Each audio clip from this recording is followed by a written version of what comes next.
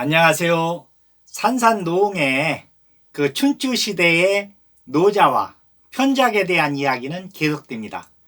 그러니까 노자하고 편작은 지금 그 항산에서 내려와서, 그러니까 선계에 갔다가 항산으로 다시 와서 항산에서 내려와서 그 장가장 집송촌에서 그 어린이를 낳기게 하고 그 주위에 있는 집성촌의 젊은이들을 모아놓고 지금 교육을 하고 있어요. 약재에 대해서.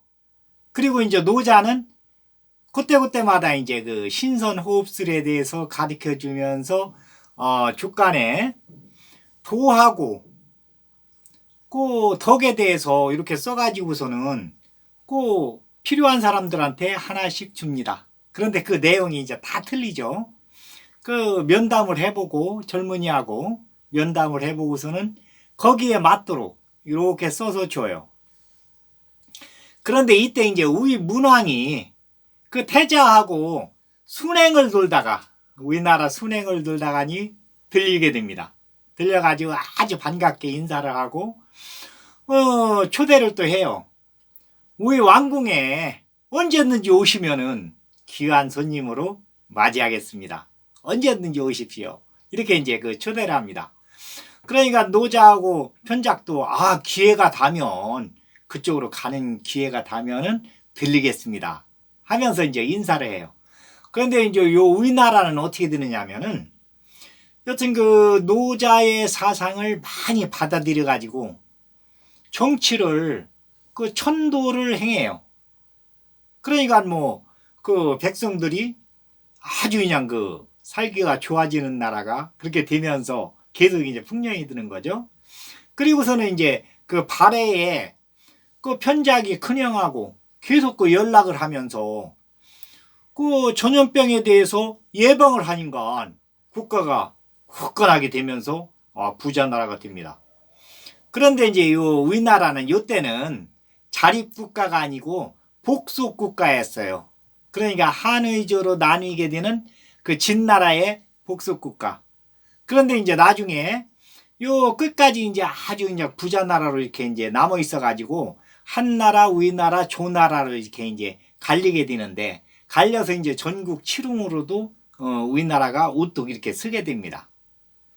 그래 이제 그 노자하고 편작이는 이렇게 이제 장가장에서 젊은이들을 가리키고 하북을 동쪽으로 쭉 가면서 여튼 집성촌에 들려서 그 젊은이들을 또 이제 가리키면서 그러니까 약재에 대해서 가리키면서 또 아픈 사람 있으면 아픈 사람을 낚이고 또 노자는 그 도와 덕에 대해서 가르쳐 주면서 여튼 뭐 그 신선 호흡술 토납술 요걸 이제 가르쳐 주는데 저녁에 이제 일정이 어떻게 되냐면 저녁에 이제 딱 이렇게 객관이나 안 그러면 집성촌 그 촌장내는 이제 안채하고 사랑채가 따로 되어 있으니까 그 사랑채에 도착을 하게 되면은 그 둘이 이제 앉아서 바둑을 둡니다. 그때 당시에는 이제 그 바둑이 아주 그냥 이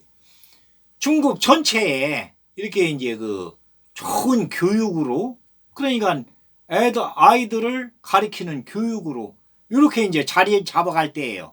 이 바둑이. 그래가지고서는 그 바둑을 두는데 그 마을에서 가장 잘 두는 사람하고 이제 그렇게 두게 됩니다. 그런데 이제 이 룰을 여튼 먼저 두는 사람은 비기게 하고 늦게 두는 사람은 못 비기게, 안 비기게 내가 이기든지 상대방이 이기든지 그건 뭐 상관없어요. 누가 이기든지 집수가 똑같으면 비기는 거니까 똑같이 못하게 그렇게 이제 그 뒤에 두는 사람은 그 집을 계산해 가면서 여튼 뭐 그 바둑을 이제 두는 거예요. 먼저 두는 사람은 집을 계산해 가면서 흰 바둑돌하고 검은 바둑돌 집이 똑같이 되도록 그 머리를 쓰는 거죠. 그 처음부터 끝까지 머리를 안 쓰면 안 돼요. 계속 집수를 계산하면서 이걸 해야 되니까 그 이제 그 머리 발달이 엄청 되는 거죠. 그 사람이 이제 영리하게 되고 우주의 이론이 이 바둑판에 361로에 다 들어있으니까 그러니까 이제 그 바둑을 두다 보면은 화합도 할 줄 알고 그 상대방을 이렇게 해서 그 하여튼 뭐 우주의 이론을 이제 여기에 다 이제 그 접목을 시키는 거예요. 그러니까 사람이 이제 그 영리하게 되는 거죠. 이렇게 해갖고 이제 바둑을 좀 이제 두다가 그 이튿날 이제 새벽이 되면은 딱 이제 그 아침에 이제 새벽에 일찍 일어나서 노자하고 편작이 그 마당을 씁니다. 근데 마당을 쓰는 것을 그냥 쓰는 게 아니고 그 글자를 새겨가면서 이게 쓰는 거예요.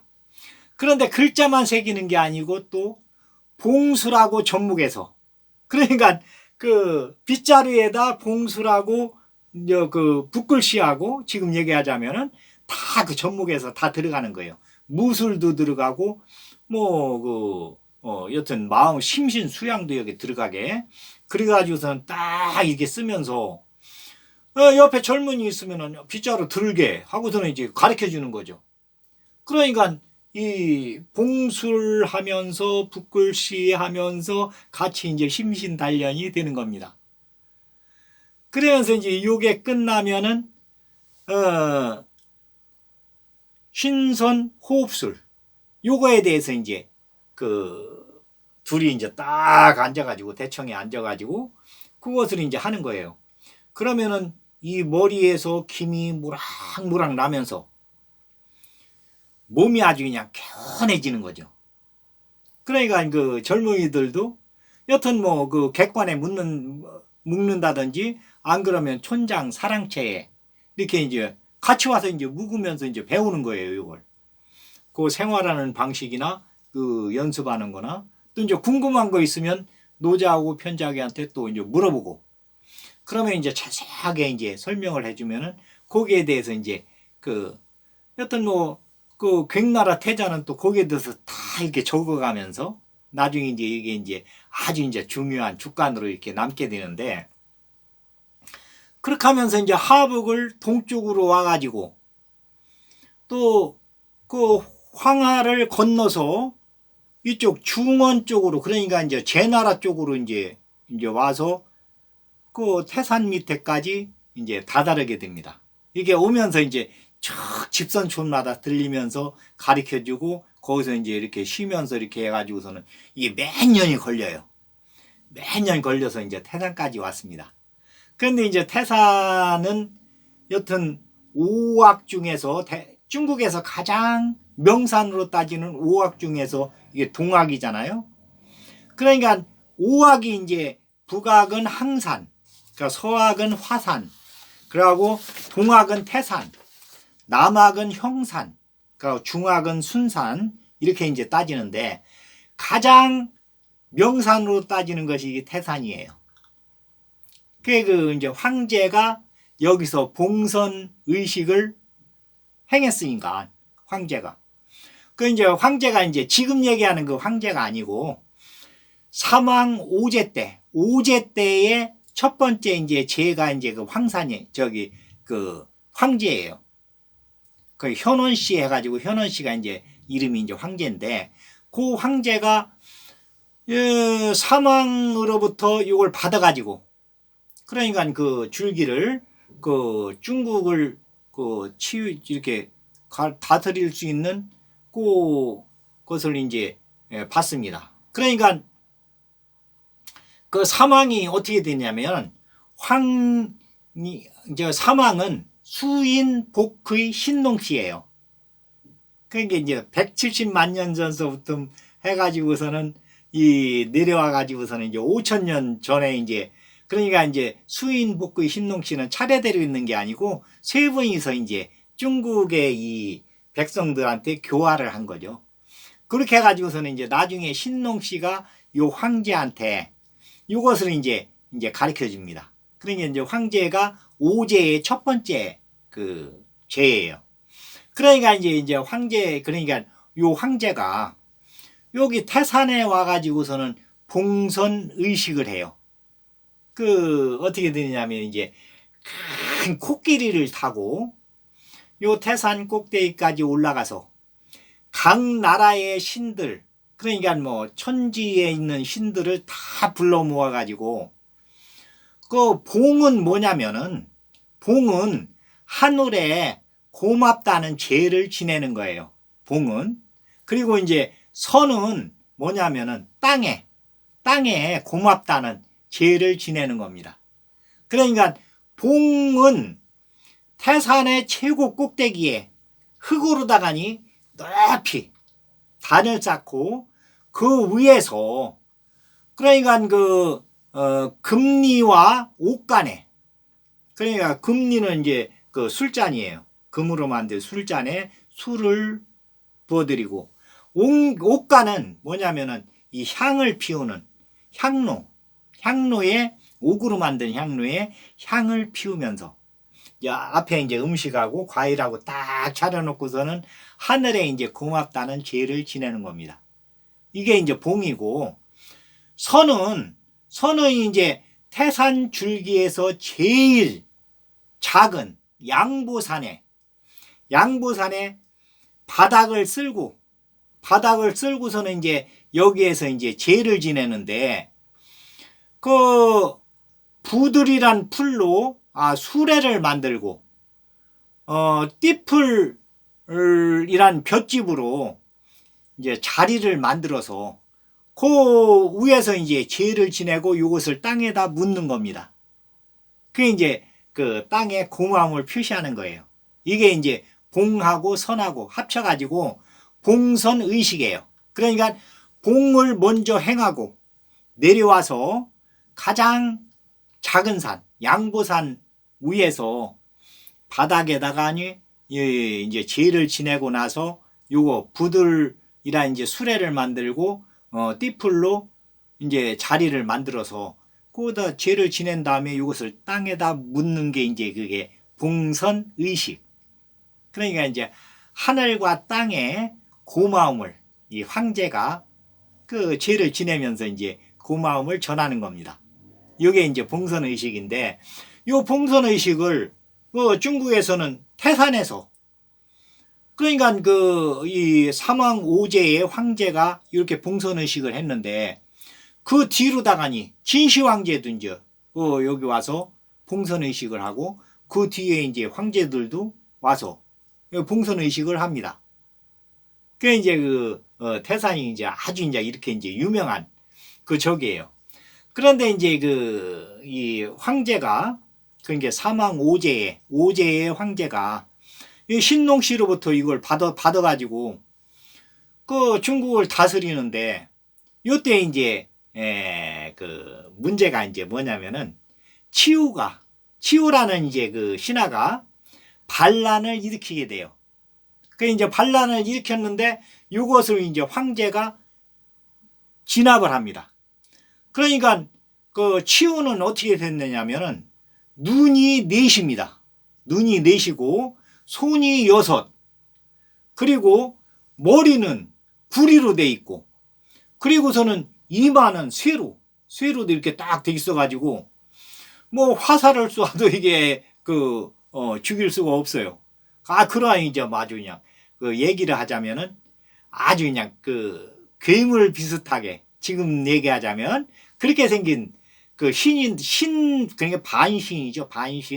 반적인데 황제가 이제 요 치우를 이제 제압을 하게 돼요.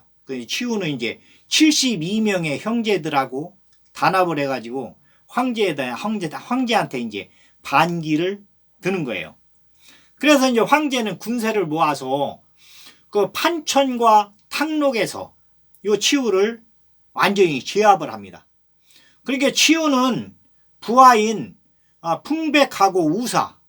이게 풍백이 뭐냐면은 바람, 우사는 비예요. 이 풍백하고 우사와 함께 저항을 했으나 결국 이제 황제한테 잡혀서 죽게 돼요.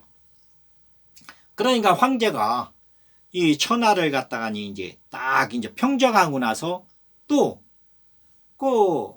태산에 가가지고서는 봉선의식을 또 하게 됩니다. 그런데 이제 봉선의식을 할 때 선계에서 용이 내려와 가지고 이 황제한테 같이 가시자고 그래요. 선계로. 이제 그 나라가 안정되고 다 됐으니까 아들한테 물려주고 선계로 갑시다. 그래가지고서는 이제 황제는 그 선계로 들어가게 됩니다. 이 용을 타고 선계로 가게 돼요. 선계가 이제 동쪽에 있으니까 그 삼신산 있는데 거기가 이제 선계거든요. 그게 이제 우리나라예요. 따지자면. 그 우리나라는 그 신선들의 DNA를 받고 태어난 우리 국민들은 전부 그게 선민이에요. 누가 뭐라 해도.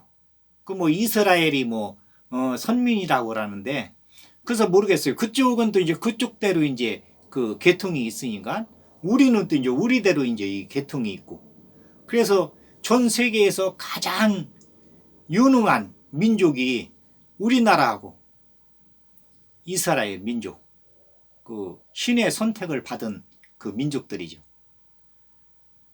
오늘은 여기까지 하겠습니다. 그 이제 다음 이야기는 다음 시간에 이렇게 이어가도록 그렇게 하겠습니다. 감사합니다.